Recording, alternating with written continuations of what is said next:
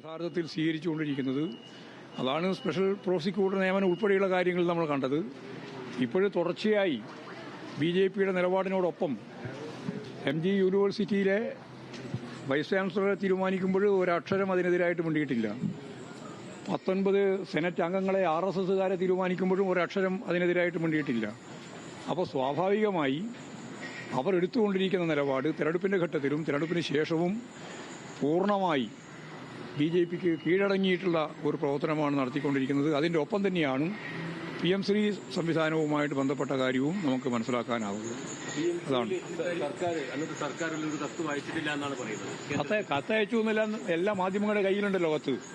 അതുകൊണ്ട് കത്തയച്ചില്ല എന്ന് പറയുന്നത് വേറൊരു കളവ്, അത്രയേ ഉള്ളൂ.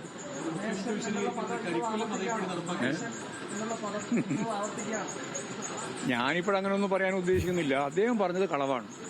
പണം വാങ്ങി എന്നാണല്ലോ പറഞ്ഞത്. PM ശ്രീ ഒപ്പിട്ടതിന്റെ ഭാഗമായിട്ട് ഒരു നയാ പൈസയും ഗവൺമെന്റ് കിട്ടിയില്ല. കാരണം ഗവൺമെന്റ് കിട്ടണമെങ്കിൽ അത് നടപ്പിലാക്കുന്നതിന്റെ ഭാഗമായി ഏത് ബ്ലോക്കിലൊക്കെയാണ്, അങ്ങനെയാണല്ലോ, ഏത് ബ്ലോക്കിലൊക്കെയാണ് ഇത് നടപ്പിലാക്കുക, ഏത് സ്കൂളൊക്കെയാണ് ഇത് ബാധകമാകുക എന്നെങ്കിലും തീരുമാനിക്കുക. ഒന്നും തീരുമാനിച്ചിട്ടില്ല. അപ്പോൾ ഒരു പൈസയും ഇതിന്റെ ഭാഗമായിട്ട് ഗവൺമെന്റ് വാങ്ങിയിട്ടില്ല. മരവിപ്പിച്ച് നിൽക്കുകയാണ്. അവർക്ക് മരവിപ്പിക്കൽ തുടരാൻ വേണമെങ്കിൽ, പക്ഷേ അത് ചെയ്യാറില്ല. അവർ BJPയുമായി ചേർന്ന് പൂർണ്ണമായ ഡീല് മുമ്പോട്ടേക്ക് കൊണ്ടുപോവുകയാണ്.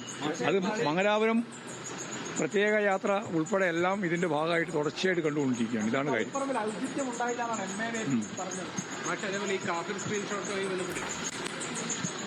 MV ഗോവിന്ദൻ മാധ്യമങ്ങളെ കാണുകയായിരുന്നു. PM ശ്രീയിൽ അങ്ങോട്ടും ഇങ്ങോട്ടും രൂക്ഷമായ വിമർശനങ്ങൾ തുടരുകയാണ്. VD സതീശനും CPIഎമ്മും തമ്മിൽ.